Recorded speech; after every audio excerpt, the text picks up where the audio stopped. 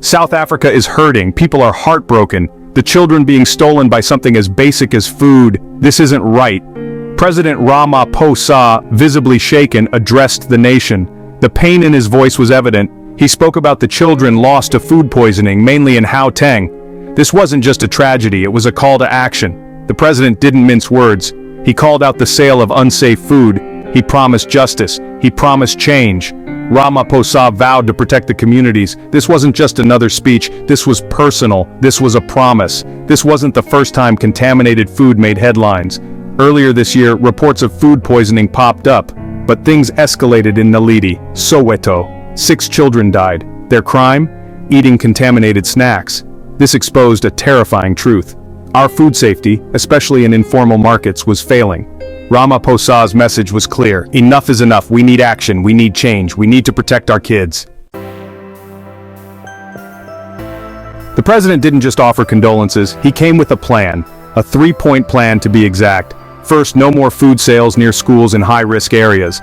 It's a simple solution to a complex problem. Kids are vulnerable. Let's remove the temptation. Second, deploy the big guns. Nat Joints, our national task force, is on the case. Their mission? Investigate. Ensure compliance. No more turning a blind eye. Food safety is now a national security issue. Third, spaza shops, the heart of many communities, will face stricter scrutiny. Monitoring, increased enforcement, you bet. These measures are about more than just punishment. They're about sending a message. Food safety matters.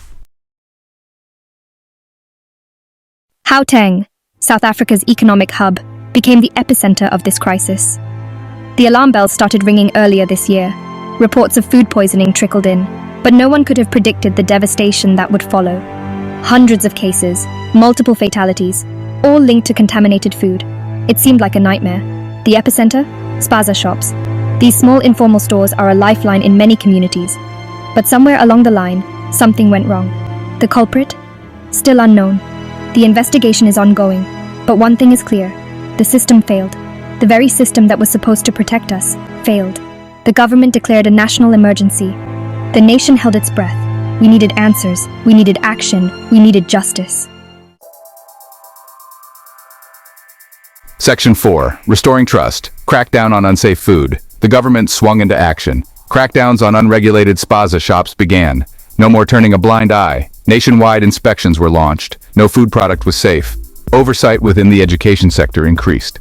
Our schools should be safe havens. The message was clear. Enough is enough. The government, led by Minister Kumbudzo Nchavani, promised transparency. New bylaws were introduced, specifically targeting spaza shops. Basic food safety standards became non-negotiable. The task ahead is daunting, but the government seems determined.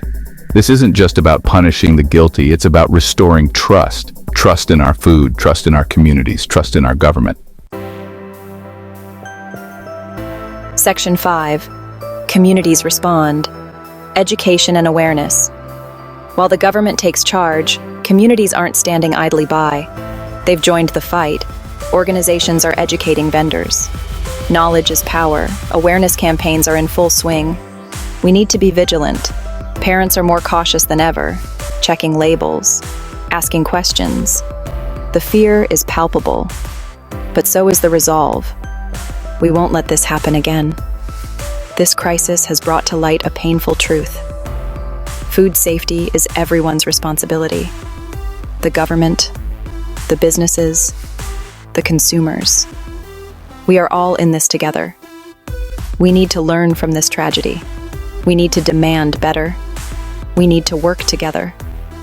Our children's lives depend on it.